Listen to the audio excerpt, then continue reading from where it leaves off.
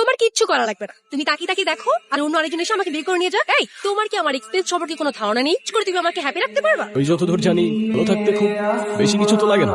দুই বেলার খাবার, বাসা ভাড়ার খরচটা, আর পাশে ভালোবাসার মানুষটা থাকলেই তো এনাফ হবার কথা না। তোমার এসব ইনস্টাগ্রামের রিলসের ডায়লগ আমাকে শোনায়। গত 2 বছর একই কথা বলে আসছো। বাবা অলরেডি আমার জন্য একটা ছেলে ঠিক করে রাখছে। তুমি যদি ভালো একটা জব আর বিজনেস না করতে পারো, আমার কোনো কিছু করা থাকবে না। বাবার পছন্দ করা ছেলেকে আমি বিয়ে করে ফেলবো। আরে আমাকে একটু টাইম তো দাও না, মাত্রই তো বিজনেসটা স্টার্ট করলাম, একটু ওয়েট করো।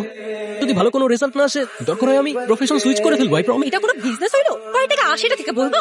তুই এখানে কি করছিস? কত কাজ পড়ে আছে ওখানে। এই তো মা আসছি, তুমি যাও। আসসালামু আলাইকুম। ওয়ালাইকুম সালাম।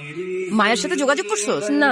কাউকে পাঠিয়ে মায়াকে একটু আনার ব্যবস্থা কর না মা। ওকে, দেখতেছি আমি কি করা যায়। আচ্ছা আচ্ছা শোনো, তোমাকে না বলছিলাম এর আগের বার আমার একটা বোনাস। হ্যাঁ, ওই তোমাদের ফ্যামিলি থেকে আলাদা থেকে যায়। হ্যাঁ, কে কাউকে হোস্টেল থেকে নিয়ে এখানে নিয়ে আসবে। এমনিতেও বাসার কেউ ওকে পছন্দ করে না, আমিও করি না, কিন্তু মায়ের ফেভারিট চাইল্ড তো, তাই ওকে বিয়েতে আনতেই হবে।